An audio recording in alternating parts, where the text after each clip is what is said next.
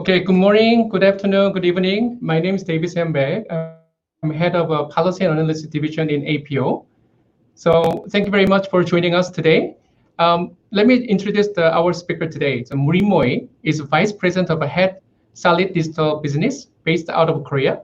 During his 17 years of a professional journey, Mrinmoy has built and led global technology businesses in Korea, India, US, and UK. So prior to Solid, he held leadership roles at Cypress Semiconductor, Exchanging, and OnMobile. After graduating from the Stanford Business School, Mrinmoy co-founded his first IoT startup in 2010 and has been a serial IoT-preneur. Since then, he successfully led industry-defining digital transformation in retail, logistics, manufacturing, banking, commercial real estate, and transportation industries. As a passionately curious problem solver, Mrinmoy holds 23 US patents and 1 Korean IoT patent. Mrinmoy's life mission is to make positive changes in organizations and be useful to the people around him. Mrinmoy, thank you very much for joining us today. How are you today? Yeah, I'm great, David. Thank you for inviting me. My heartfelt gratitude to Asian Productivity Organization, Team APO, and Dr. Mokhtan for giving me an opportunity to share my views on a topic that is very close to my heart. Glad to be here. Okay, so the floor is yours. Today's topic is about that we never go back to normal and to transform your business now. Very strong message. So you can start. Okay, thank you. Well, I will start with an understatement. I think over the last 6 months, the way we live, work, and play has changed completely. And we are living in one of those moments where decades happen in weeks. A virus that is about 5 million times smaller than human is testing our both health immunity and business immunity every day. According to analysts, the impacts will be, as large as $8.8 trillion to the economy, according to the Asian Development Bank statistics, which is about the combined economy of Japan and Germany. When I talk to my startup friends, there is a lot of uncertainty and fear. I hear every day. About 65% of the global startups, according to the Startup Genomic study, they have only 6 months of cash to survive. So this is definitely a troubled time for all of us. However, even in this deep moment of crisis, there is one silver lining.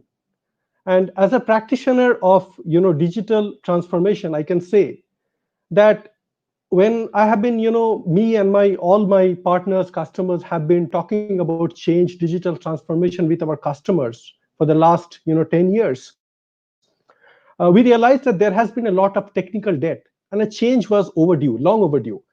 Now, COVID, for some reason, has created a new sense of urgency, as several years of digital transformation has already happened in the last few months. In fact, according to Satya Nadella, CEO of Microsoft, in the last 2 months, according to him, 2 years of digital transformation has already happened, right?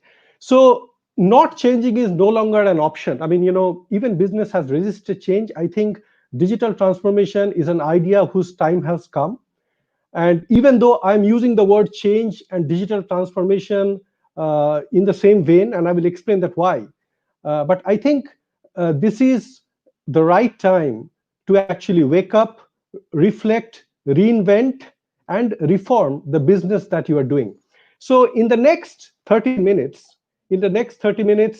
I will talk about 3 things. One is how not to change, right? Because change is hard, change is irreversible, change is expensive. So it is important to understand how not to change. Secondly, I will talk about 3 frameworks or tools that I typically have used as a practitioner while working with businesses during the process of change, and share one change story. But after this 30 minutes, I think the fun part will be the later 30 minutes, where I will take live questions from the audience. And I also take this opportunity, this moment, to thank everyone that is live today with me. I really appreciate your time, and I will do my best to make sure that it is worthwhile. We get something out of the next 1 hour that we are spending together. Just to go back to the basics, I will start with the definition of digital transformation, because this is a very confused term, overused term, abused term. So digital transformation in this context is solving a high impact business problem with digital technologies. And that digital technologies include IoT, cloud, and analytics primarily, right? So how not to change, right? So I mean, there was a HBR report, a very recent report, and that said that last year in 2019, before the COVID happened, 1.3 trillion dollars were spent on digitalization. Okay, and out of that, 900 billion was a waste. Okay, now again, according to the Cisco report, out of all the IoT projects that are conducted, only 30% of the IoT projects actually pass the POC stage, right, and become a success. In fact, there is another data point that says that only 8% of the digital projects become highly successful, right? So why am I saying that? I think these numbers show if 1.3 trillion dollars is spent on digitalization, it clearly shows that the industry is willing to change. But there is a reason for fear as well. Why? If the change goes wrong, then basically the consequences could be disastrous. So based on my experiences, I think life is too short to make all the mistakes yourself. I urge all the users to, basically all the audience, to learn from the mistakes that I have personally done. I've done many mistakes, but the top 5 will be one of these. So the first red flag that I see when things go wrong is digitalizing an already broken process. I mean, there is a very nice saying from Peter Drucker that says that nothing is as useless as doing efficiently that should not be done at all. Let me give you an example, right? Imagine that we are digitalizing a call center that provides a certain service to the senior citizens, right? Say 60 plus senior citizens. And the company decides to actually digitize the process, meaning remove the human call center workers with voice automated system, and we launch a very cool iOS app that the senior citizens will be using basically for talking to the call center employees. Now you can imagine that such a process, if the basic service is already broken, right? And if we are using automation and AI to digitize a process that gives service to 60 plus senior citizens without understanding how much tech they will be willing to adopt, this kind of digitization, there is a high probability that it may fail, right? This is just an example. The second red flag is digitalizing a siloed process or local optimization, right? Now, think of, there are a lot of IoT projects that is focusing on visibility of assets, right? Visibility of assets throughout the supply chain, right? Now, suppose you have a perfectly working tracking solution on the road, right? But when the asset inside the warehouse, there is no visibility, and there is a lot of damage that is happening inside the warehouse, right? So this is a perfect another example of where companies are digitalizing a specific part, solving a partial problem. And but we need to understand that a strong digital ecosystem is as strong as its weakest link, right? So unless we have a holistic view or systemic view or the ecosystem view of the entire process, mostly digitalization does not work. Third red flag: chasing the shining technologies, right? I mean, I hardly attend any forum where I do not hear about AI, ML, cloud, big data, all these things, 5G, edge computing. I can add more. But the thing is, without defining the business impact, if we pre-select the technologies and try to force feed a business problem to solve those, using those technologies, it does not really work, right?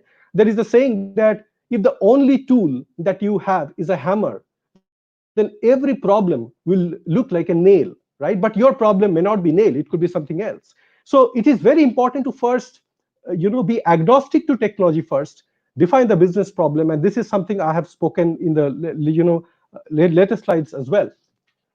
The fourth big red flag is building one more platform, right? So in the smartphone world, we have primarily two platforms, Android and iOS, and it works.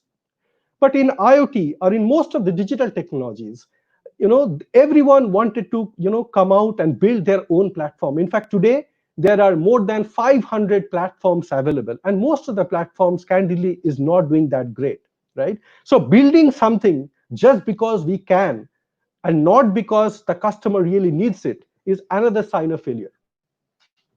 And finally, I think this is the deadliest one, is when we ignore the business process, people, and culture and try to implement a digital project, right? So typically, IoT in combination with OT or operation technology creates maximum impact. And the operation technology basically means people and the process. So without integrating those aspects, without taking that context, without taking that part into the context, any digitalization process, kind of sure shot failure, right? So there could be many other reasons of failure, but I think these are the top five. Now, well, it is easy to pinpoint what can go wrong, but I think most of the time I will try to focus on most of the success stories. Like wherever I have seen success, I just wanted to share like what is the kind of thought process that has gone behind in order to create a success story, right? So I will start with a few strategic change making tools. It may seem a bit theoretical, but please bear with me, because in the question answer session we will talk more about this has been applied. But let us start a bit with a theory. So whenever there is a digitalization process, typically, my personal approach is to ask the question why. Start with why. And starting with why is actually a pretty famous statement by Simon Sinek. And he wrote a book where he actually showed something, this golden circle. You can see this golden circle. So the idea is very, very simple. And that is why it is so appealing to me. Uh, Most of the companies, almost every company, know what they are doing. Okay, if you ask, what are you doing? We make computers, we build mobile phones. Everyone has an answer. So what they're doing, everyone is clear about what they're doing. How they are doing? Yes, they are pretty much, many companies, especially the good ones, actually know how they are doing, right? So basically, they're using some digital technology, or they are using some of their core competencies, that could be marketing, that could be engineering, to basically to build the product. But very few companies understand why they are doing stuff. And I will again use one of the very popular example that Simon Sinek himself gave to explain this. So think about Apple, right? So what does Apple do? Apple makes computers. Everyone knows that. How does Apple do it? Well, Apple is great in design. Apple is great in marketing. But why does Apple do that, right? So Apple's core philosophy or core purpose is to change the status quo, right? So Apple, Steve Jobs wanted to make technology beautiful and useful. Steve Jobs took an existing music market, introduced iPad to change the way people listen to music, right? So the why part is very important in terms of creating a really great product or a solution, right? Because customers do not really buy what you do. Customers buy why you do things. So the people who actually love Apple products do not really, they are not really customers, they are kind of fans. So if the company is very clear in creating the right why, that is when great things will happen. Now, in the digitalization context, when you are talking about change management, digital transformation, there are two very, very important aspects of change, right? Now, the first aspect is creating disruptive business outcome. And the second is exceptional customer experience. If a particular digital transformation does not meet these two requirements, then it is not a meaningful change. Now, how do you actually understand that, what really matters, right? I mean, when you start with why, I will talk about one more framework and a little bit of story. That story is, you see that I have mentioned here that we need to understand the customer's job to be done. Now, it is a very, very simple English word, which is coined by famous HBS professor Clayton Christensen. And he gave a very nice example. What do you mean by job to be done? So he basically said that customers do not care about your technology. The customers do not care about your product. The customer has a specific job to be done, and the customers hire a technology or a product to get that job done. So let me elaborate more by giving an example. So there was a very interesting study of milkshake. Okay, and typically 40% of the milkshakes is consumed by commuters on the go. When they go to the office, they pick up a milkshake and then go to the office or their workplace, right? Now, why do people buy milkshake? So initially, the milkshake company, I'm not taking the name, the milkshake company actually changed the ingredients, flavors, changed the price, did a lot of things. But those things did not really matter. Those did not really increase the sale. Then finally, after a lot of research, it was found out that the answer was very simple. People buy milkshake because on a long boring commute on a drive, they have an extra hand. They want to keep the extra hand busy, and sip the milkshake and enjoy the drive. So the milkshake has nothing to do with how the milkshake tastes. The milkshake is like a companion. Now, instead of milkshake, the customer could have also purchased a banana. But why not banana? Because banana, why do throw the peel skin off? They could have bought a bagel, but bagel is sticky, right? So you understand the concept are very simple. That why the customers you know uh, select a particular product. They have a different job to be done in mind, which is very different that the vendors think. Now, as I mentioned, that the most important job to be done, if I look at the job to be done, typically my approach has been that, okay, the customer is interested in a digital solution, they want to bring in change. Do they want to improve the customer experience? Do they want to improve the time to market? They want to launch they have launched a product and they want to basically launch it 3 months early, right? I mean, how can the digital technology helps in getting it done? Revenue growth and net profit margin. So if you look at these four basic ideas, when you have a conversation with the customers or when you are changing your business as well, you have to ask these four fundamental questions. How will my digital technology change these four aspects? Moving to the next slide. This is another very fundamental tool. It's a very popular tool. Again, I have picked this because of the simplicity. Okay, and this tool is called business model canvas. So in theory, it says that every business can be broken down to 9 fundamental building blocks.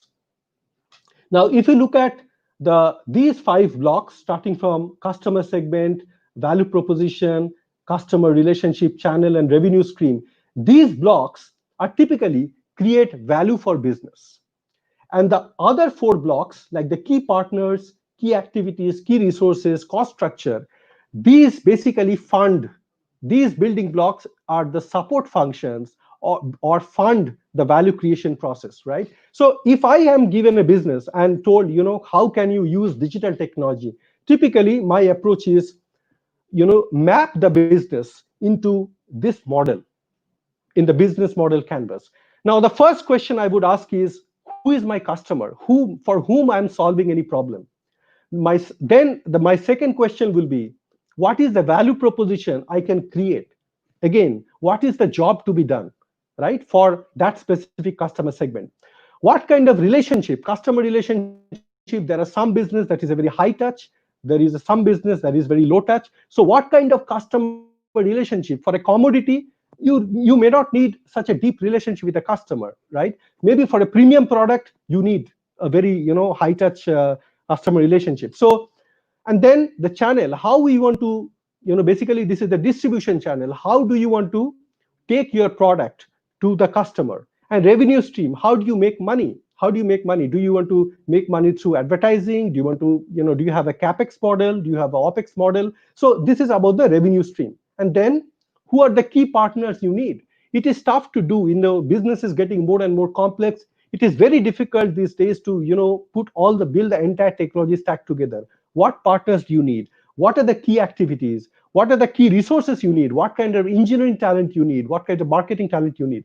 Now, after you map your current business, to this kind of model, the first question would be, there are two important questions that again I ask, is the what is how after digitalization or after the change process, how is the customer value proposition changing? How is the cost structure changing? How is the revenue model changing? And these answers have to be quantified. Okay, these answers have to be quantified. And the second question, the second most important question is, whose life I'm going to change? Any new business model or reimagined business model is going to change the life of few people, right? So I typically personify any organization with three individuals, just three individuals: the guy on the field or the person on the field, a guy at office, and the person at the boardroom. Meaning, if you after you implement digitalization, how is it going to change the life of the person that is working on the field? How it is going to make that guy better, how it can help that person to make better business decision, how is it going to improve the productivity of that individual? The same question, how is it going to improve the life of his manager and the guy in the boardroom? So if you look at that way, you are actually taking both the tactical, the operational aspect of business as well as the strategic aspect of the business. So it actually completes your story. And then finally, so before I jump here, David, I would appreciate if you could, maybe show the Lego video. Hi everyone. Today I'm going to be talking about a famous toy manufacturer that almost went bankrupt 10 years ago, but that turned its business around to become the world's top-selling toy manufacturer today. I'm obviously talking about Lego and their famous Lego bricks. Lego invented the little stackable bricks that are sold in sets to kids and that the company patented. In the late 90s, Lego obtained the rights to design kits based on popular movies like Star Wars and then later Harry Potter, and which have represented a major source of revenue since. Amongst this line of products, Lego also counted diverse other Lego branded products like computer games, apparel, and theme parks. But Lego's patents soon expired, and they didn't protect Lego from copycats anymore. On top of that, there was less interest in playing Lego in new generations of kids that grew up with video games, with tech products. In the 2000s, Lego was on the verge of bankruptcy. They got rid of Lego branded products and decided to focus solely on their core value proposition, the Lego bricks. They slashed their costs by getting rid of products and kits that weren't profitable and by streamlining operations. Lego kits had been a boy products for a long time, but now Lego is literally doubling the size of its market by designing sets for little girls who rave about them. Lego got back in the race with earnings that have soared in the past years and a brand that is recognized by others. The recent proof of it is the success of the Lego movie. Although they almost failed, Lego redesigned its business model to stay as relevant to kids today as it was in the past.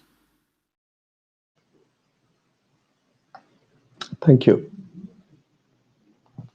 So that is one of the stories. Later on during the Q&A session, I think I may share, a few more stories that actually used the business model canvas, this, thought process in order to implement a successful change. And then finally, this is the third tool, thinking about the digital ecosystem, right? So when implementing any change, it is important that we look at business, we look at organization through four lenses, okay? So the first lens is the lens of business processes. Now, within the business processes, we can ask some very fundamental or basic questions. For example, in order to run my business, right? Run my business, which, going through the entire flow of making a product, selling it to the customer, making that entire flow. Uh, what is the dependency? What is the split between the internal business processes and the external business processes? In some cases, some businesses are quite well equipped to handle the entire, process flow on their own. For some businesses, there is a lot of dependency on the partner. So that is what I mean, right? So you have to understand that your technology can be successful, your digitalization can be successful only when the entire ecosystem is participating and creating value in that change process. That is why this is a very fundamental and important question. The second question is, how much of the business processes is routine and how much of the processes is constantly changing? Now, if your process is constantly changing, that is actually a very good case of using data and analytics, the machine learning and the AI, to constantly dynamically update or improve your business processes, right? Secondly, what is the digital readiness and the change capability of the organization that you're talking about, right? So that is a very fundamental, question. What is the digital maturity of the industry itself? So I have been, typically I get a lot of satisfaction. I work very closely with industries that are kind of old and traditional, right?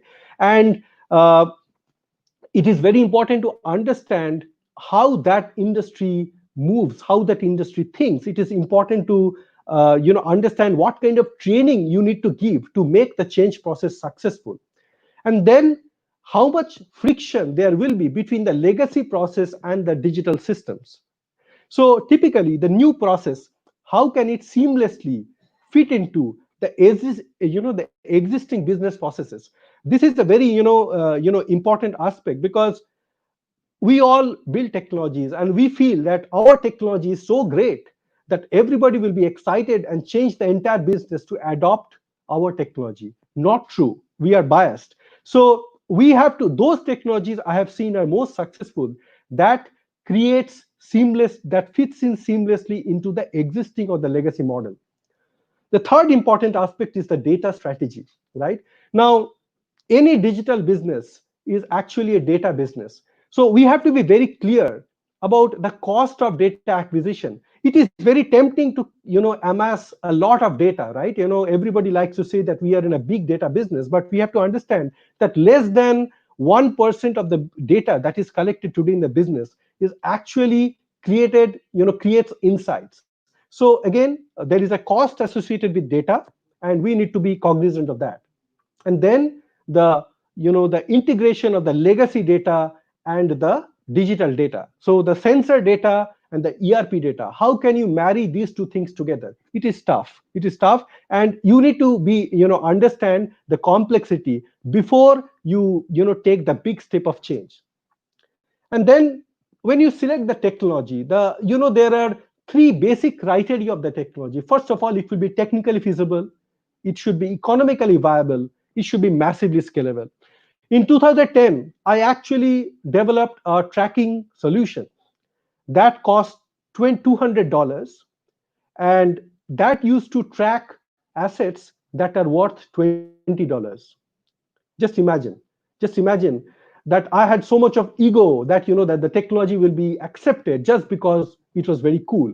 A $200 tracking solution to track a $20 device. Of course, there was a reason for doing that, and the business was, it was not that completely failed, because it was carrying very high value items. But I'm just saying that you need to understand that typically the thumb rule is the cost of the technology should not be more than 10% of the value of the assets that is managing.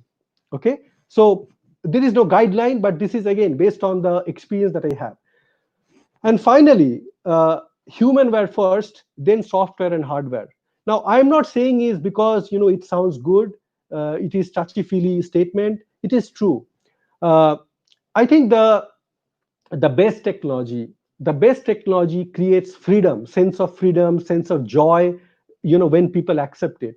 Whenever people, if we introduce a technology that is resisted by people too much, we need to go back to the drawing room and see what course correction we need to make basically get it, make it acceptable within the people.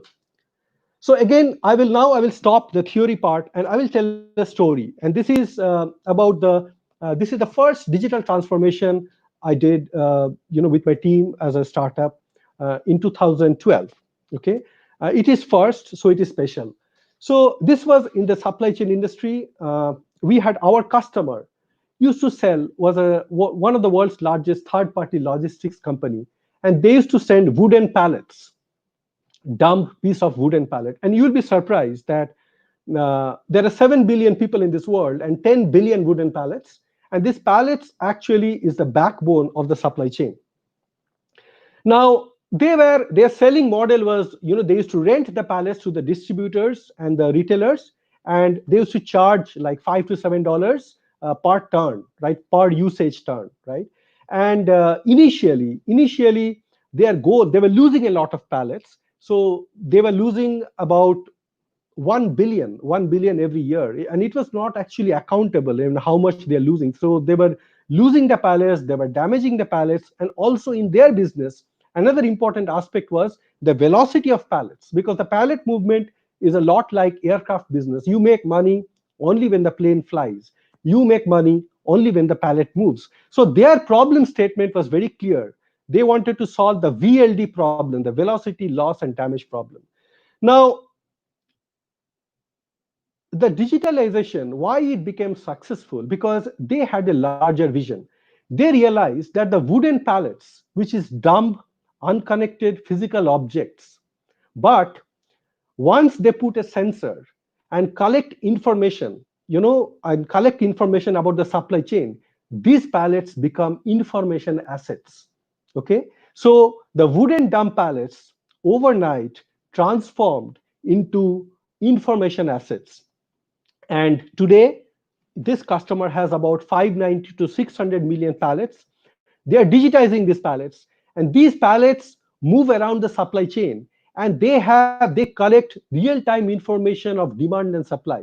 Now, their business model also changed quite a lot. They are not only selling, they are not only into the renting of the pallet business, but they also sell data. They have created a data-based services model. So basically, they transformed from a supply chain logistics company to a supply chain information engineering company, right? Now, that became one of the most successful digital transformation in the industry. In fact, I feel happy that it was the world's first implementation of cellular technology in the pallet industry, a very old traditional industry where no innovation had happened for the last 100 years. Now, to illustrate the point, I will stop here and maybe look at the video, how it worked.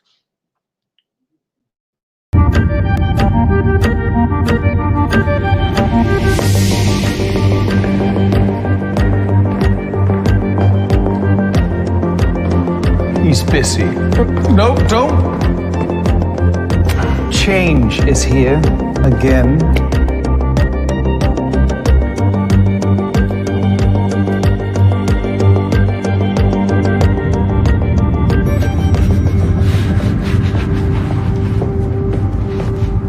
I didn't know you were up at this hour. I couldn't sleep. I've had an idea. Let's talk about it in the morning. I think you'll like it. I think you know my answer. You don't even know what it is yet. Let me have a wild guess. It's something wonderfully different. So disruptive. Such mind-blowing potential. So? Why don't we do it? You just don't get it, do you? I've had your back for a zillion years, because I stood my ground. I protected everything that was fragile and precious from your random ideas. I'm the reason we're alive. Well, there's more to life than being alive. Can you hear how crazy that sounds? It might sound crazy, but that's what it takes. That's what feeds new ideas. Ideas that take us places, that travel the world, connects what wasn't connected. Look at it.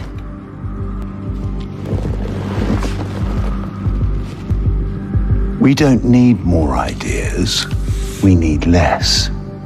We get more data in one day than we did in a lifetime 500 years ago. Do you know how much work that is to process? Things won't get easier just by clinging to what we have. You think you're so smart. And you're just scared. Yes, scared that we're wasting our time. What happened to the guy who stuck his neck out of the cave or put his boots on the moon? I'm instinct, not a romantic thought.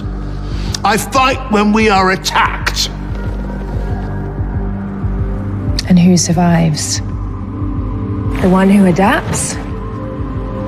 Or the one who never changes? How many guesses do I get? We've been here before. Trust me.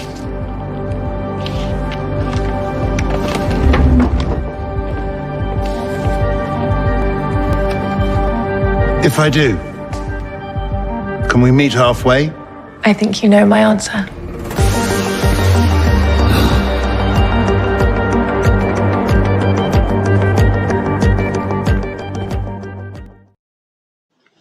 Thank you. So, well, this was the conversation. This was the typical conversation we actually had because it took us 6 years to actually implement the digital transformation. And this was typically the conversation we used to have every day. So let us, I will just summarize. I will just come to the final words. What I think you need to remember, if you forget everything what I said, the 4 things I would request you to remember. The first thing is solve the right problem. It sounds simple, but that is the hardest thing to do. Solving the wrong problem, having everybody engaged in solving the wrong problem efficiently is actually 70% of the reason why digital transformation goes wrong, right? So this is the most fundamental things. And in order to identify the right problem, you can use the tools and frameworks that I suggested. Those are not guidelines, but suggestions. Secondly, reimagine the business and work backwards towards technology. Think how the business will look like, and then work with the think of the technology that will make it happen. The third thing is disrupt business, but change people behavior slowly, naturally. Okay, give people the time to change. Do not expect everyone to change, and it is fine. Typically, technology is 5 to 6 years ahead of business, ahead of people, right? And there is a learning curve. So, have that realistic expectation. And fourth, and the most important thing, remember that business and people are the true heroes in digital transformation. And technology is hero's best friend and not the hero. Just because the technology is shining, we should not be tempted to take the credit from the business and people. So, I mean, if we just follow these suggestions, I have seen that things have worked. I mean, I've been fortunate to work in some of the most successful digital transformation across industries, and these success patterns have been the common theme. Okay, so so anyway.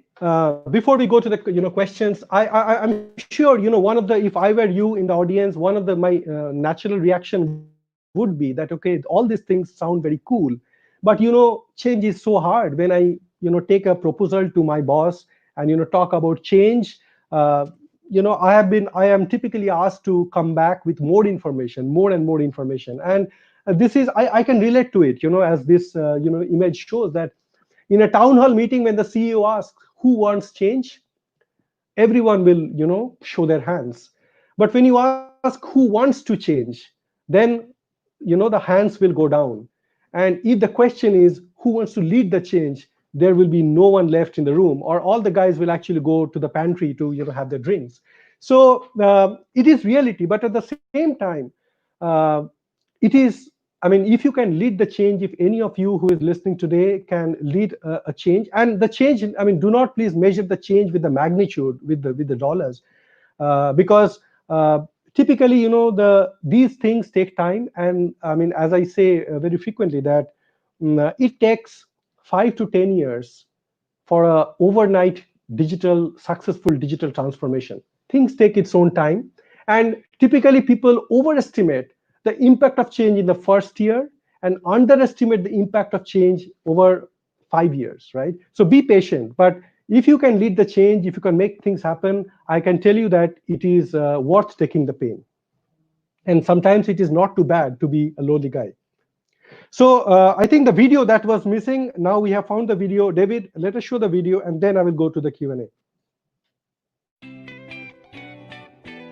So this.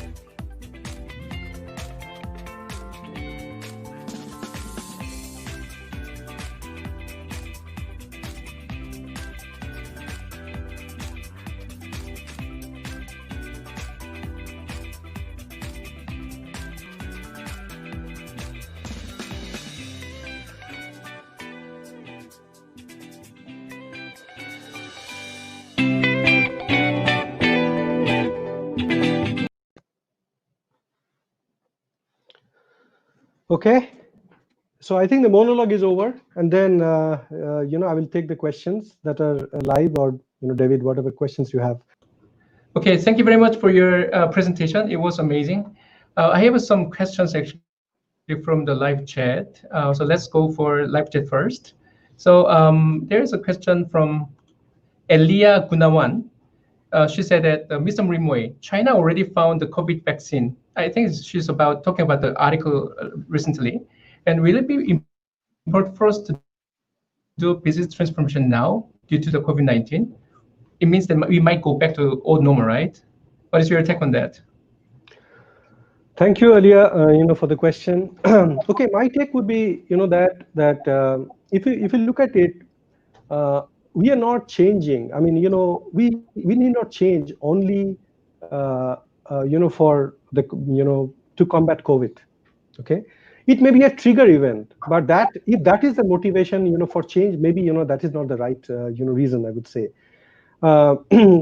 It is true that the vaccine has been found, but it has not been proven yet, at least not to my knowledge. So let's hope for the best.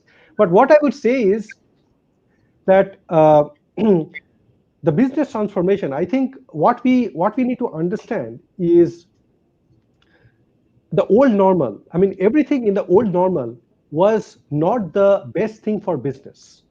And please understand that COVID has created an opportunity to reflect on the business, take what was good from the old normal, okay, but adapt and embrace the new technologies, okay, to make your business better. So, my point is twofold. One is COVID is not the, it should not be taken as the biggest driver and motivator, for change. And secondly, that I would say, if I were you or, any business runner, I would say that take this opportunity to, basically change whatever was not right in the old normal. And from the learning that we had now, change your business for the better. So in the old normal, if you're right, with the learning, with the changes that you're making, why can't you grow at 50% year on year? So take advantage of the current situation. That would be my take. Okay, thank you. There's another question. It's about, let's say that, let me just go to the question. It's about, okay. Yeah, I mean, maybe we can take this question from Japan, Addis Ababa.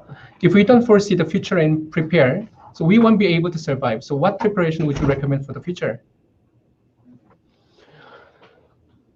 So when it comes to preparation, when it comes to preparation for the future, one thing again I will share, what I would do is that understand the business ecosystem where you are playing. Okay, so we all live in a neighborhood, right? We all have neighbors. Just like that, even any business actually lives in a neighborhood or an ecosystem, right? Now, that ecosystem consists of 4 things. Typically, your company, your customer, your company category. In which category are you playing? Okay, who are your competitors, what they are doing? Okay, and also do a self-reflection of your own, basically an organization assessment of your own state of affairs, right? Now, in order to prepare, okay, ask a few questions that try to understand that how your own category is doing, how the market itself is moving, right? What is the maturity of the market? What are the new technology trends that are coming into the market? How is your customer behavior changing? Listen to the customers, listen to the market. So, I mean, I would say that if you have to do one thing in order to prepare for the future, that will be constantly listening to the customers. So we all talk about different kinds of business, B2B business, B2C business. But in my mind, there is only one business model, which is C2B, consumer to business. And the only way, I mean, the social media channel, the digital technologies are available. It is basically to listen to your customers more carefully. I would say that is the best preparation for the future. Okay, thank you for the answer. There's another question from United States, Nathan Walker. His question is about many companies are going out of business now, but even though they have some time, they're so scared to change anything. So they are thinking, although they still have some time. So what is your take on that? In a harsh time like this, I think I know that it is scary to talk about change, right? But I think the biggest mistake business can do is, the biggest risk is actually not taking risk. And this is not true only for the COVID time, but in general. Okay, but we have to understand one thing: by not changing anything, we are not increasing our chance of survival. We are actually decreasing our chance of survival by not changing, by not acting on it. Okay, and just because if you hide all the problems under the carpet, the problems will not go away. Okay, now it is not guaranteed that even if you do a lot of change, you will be successful. I mean, the change will show you the better result. I would say that if you don't do anything, your chance of dying will be more. If you do something, you still have a chance to live, right? So what would you do? I think it is a rather philosophical questions. And in terms of time, I understand that that time is running out, because I said that 65% of the startups do not have cash beyond 6 months.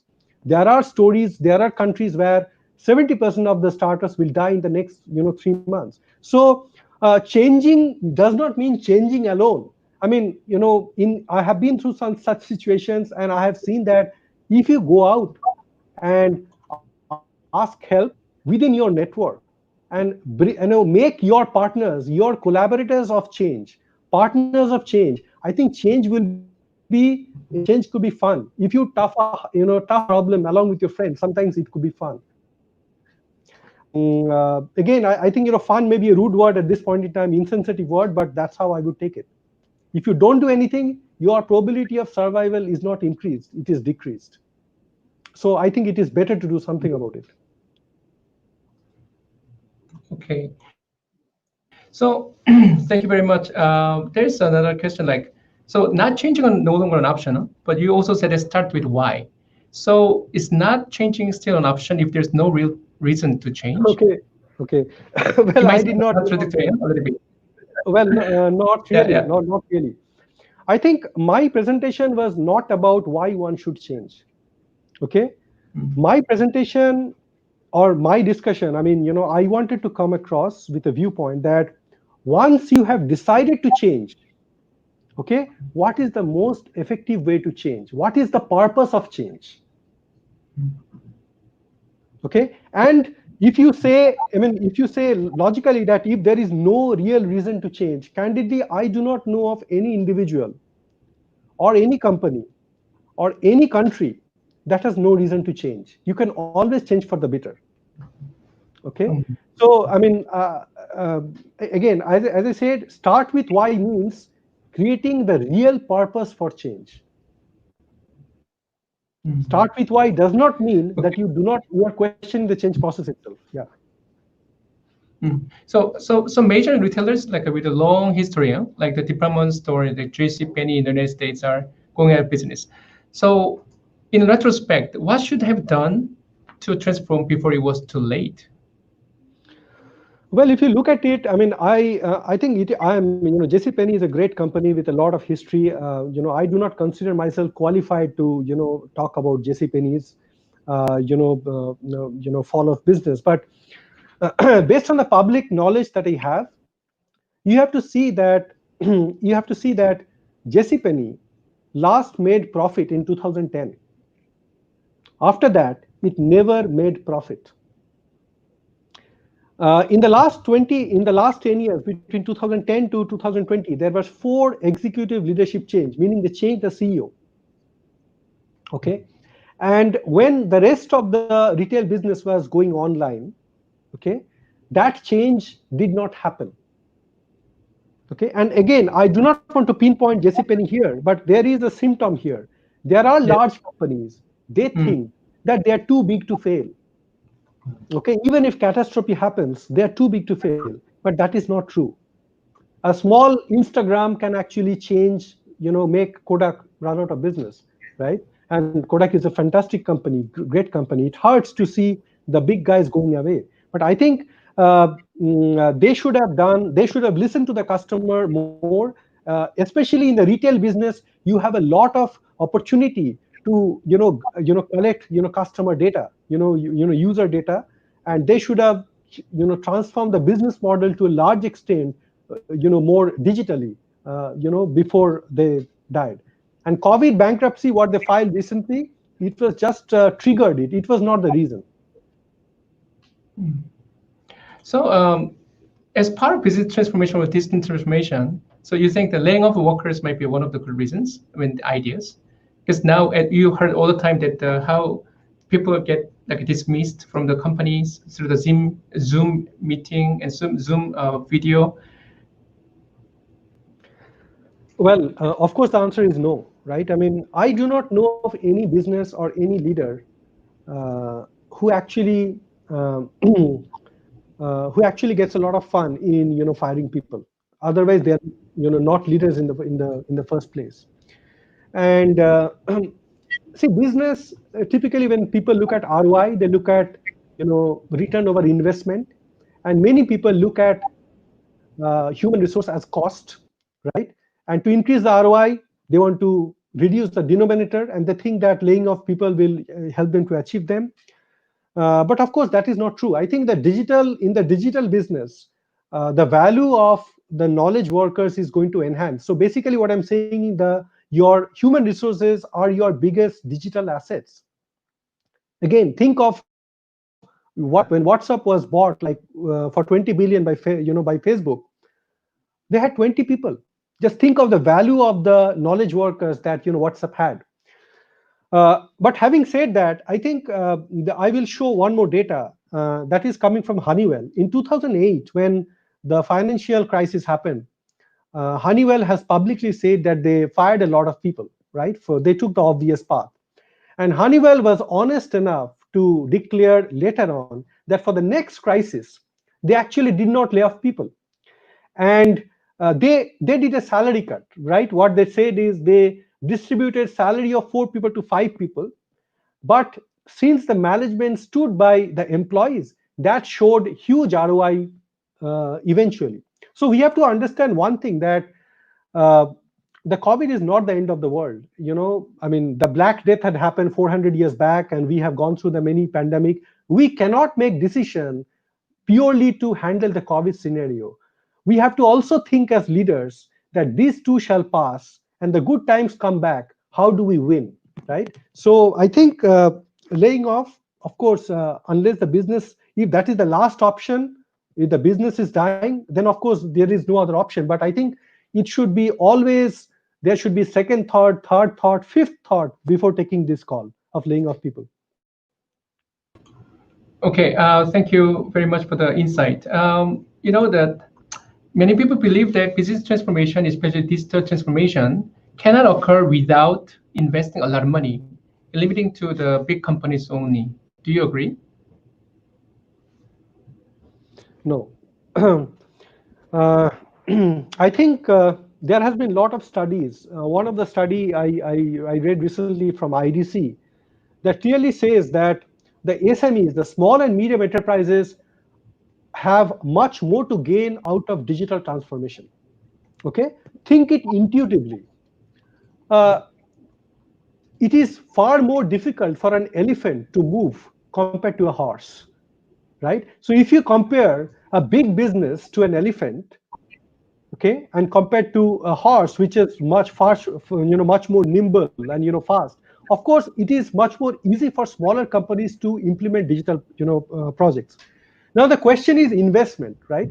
Now I can clearly see that in the last 5 years the cost of technology has come down drastically, so by a factor of 10x.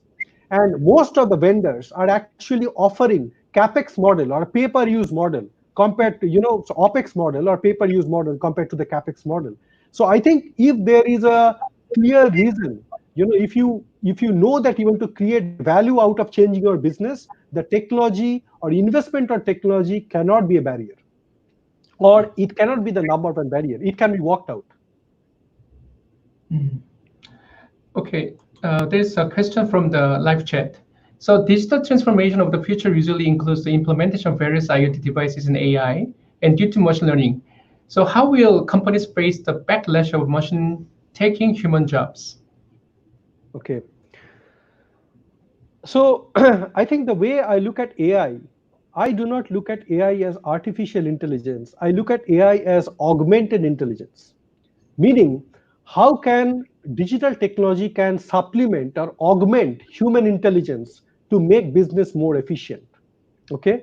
Now, I mean, I cannot deny the fact that there will not be any job loss, but actually there will be job transformation. So if you look at it 100 years ago, in the US, 90% of the employees had agricultural background. Basically, agriculture was 90% of US GDP, 100 years back.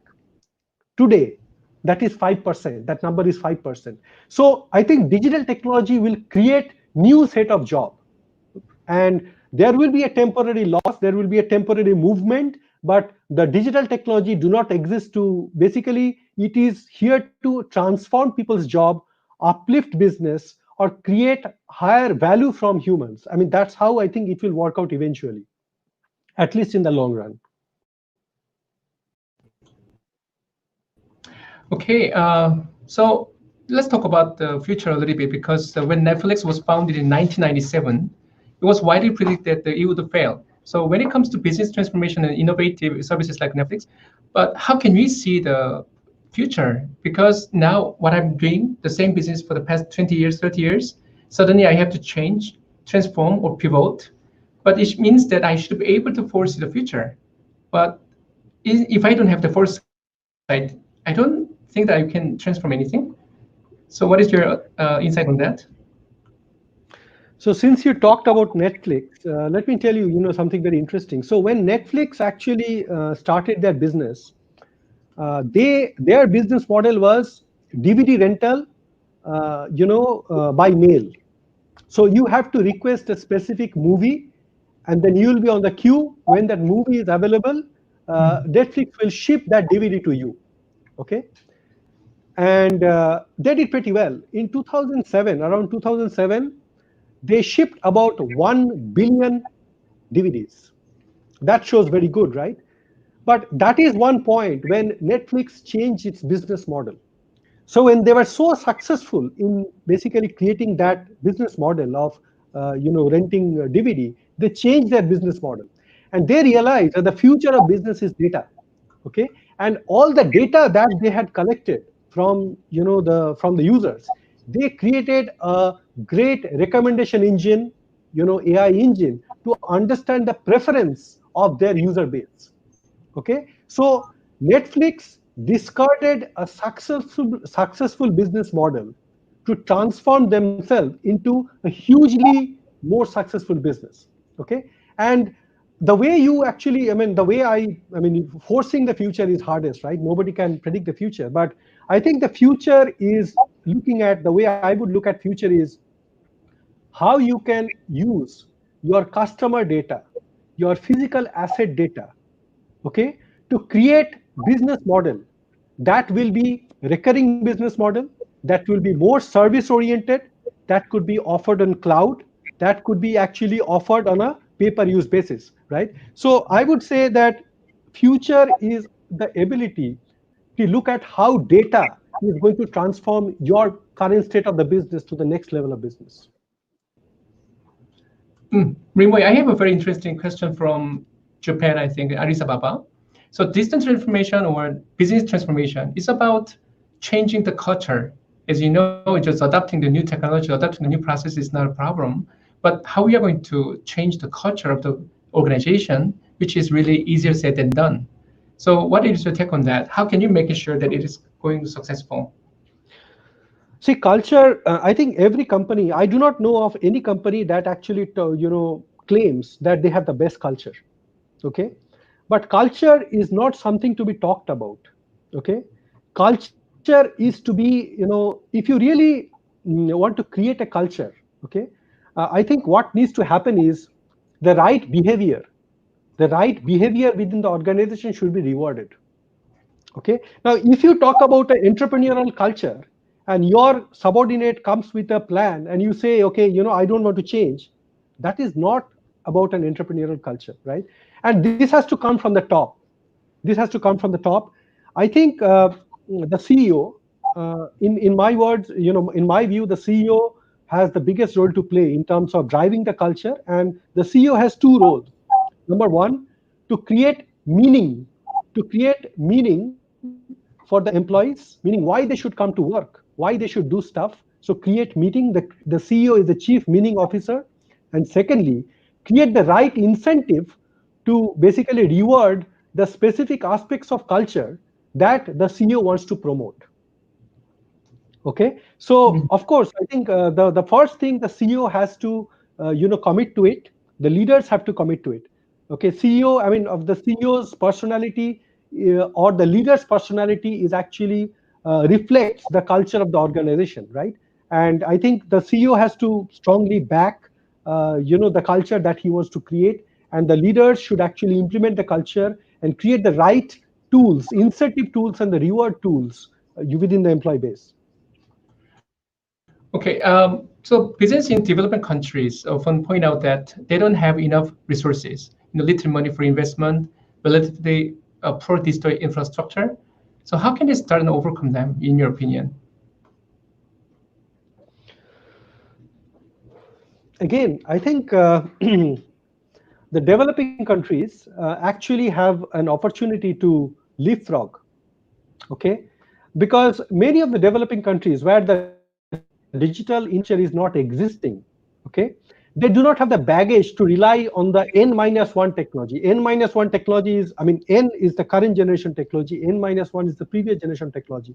So developing countries do not have the baggage, okay? They can directly go to the N+1 technology. And just to give an example, in India, there was a time where the villages actually did not have the right infrastructure to basically have mobile, the landline phones. And then the mobile phone happened. So the Indian villages leapfrogged to mobile phones directly without waiting for the landline. Okay, and then the mobile revolution changed India, completely. Now I see a lot of developing countries having access to the next generation technology, and as I said, the next generation technology are not far more expensive than the previous generation technology. The next generation technologies are actually built to make the technology more affordable for the masses. Okay, so and again, you have to be open to it. And as I said, I do not think that the investment is actually the biggest bottleneck. Of course, you have to pay, and it requires some investment. But the more important thing is to what is the value you want to create from our business. Okay, and if you can articulate that as a leader, I think the technology will support. And it holds true for countries. It holds true for everyone. Okay, thank you. This is a really interesting question also. And one question in the Think Digital framework. So can you give us example of a friction between legacy and digital, which you actually experience hands-on? I think I offhand I mentioned that comment that in 2010, I mean, I specifically faced this because I work with old traditional companies like logistics, manufacturing, and work with those partners to basically transform their businesses, right? Now, as I said, in 2010, when I was working with a logistics company that is selling pallets, everyone used to use Microsoft 2003, and I was using Mac, right? And the formats do not support. I mean, that was my first-hand experience of the friction.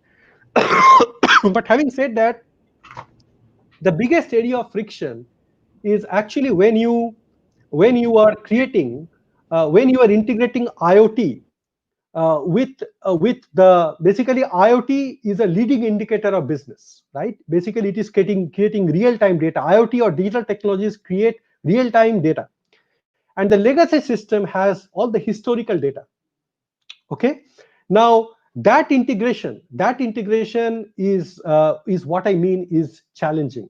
Okay, so the one of the way to handle it, in fact, there was, I mean, the technology itself came to the rescue. So 10 years back, the APIs were not so prevalent, right? So basically what APIs does is APIs create a layer of abstraction on the legacy technology that creates interfaces through which that can the legacy technology can communicate with the new generation technology, right?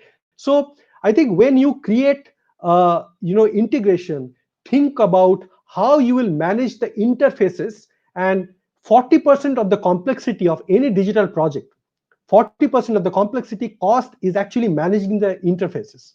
So that is where two things need to be understood very clearly, that how you are creating the overall architecture of communication, and what are the technologies you are using to manage the interfaces through APIs.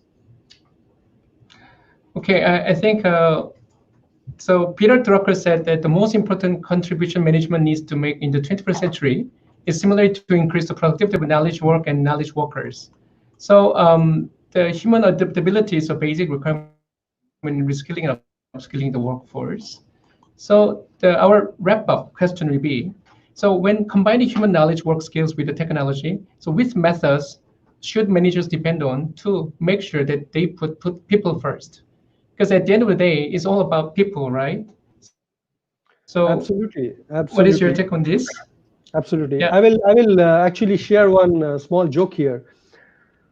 The CFO of the company asked the CEO that, because the CEO wanted to invest in the training of his employees. Okay, and the CFO asked, please do not, this is not intended, for all the CFOs, but the CFO asked, what if after the training, all the employees leave, right? And the CEO responded that, what if you don't stay? You do not train your employees, and these employees stay in the organization forever. The damage is more. Okay, so training or uplifting human capability is not only a good, moral, ethical, that kind of a decision. It's a very good business decision. Okay, it's a very good business decision, and there is no doubt that the success of any digital implementation or digital transformation ultimately relies on the people, the capability of the people, how they collaborate, how they work together, how they solve problem together.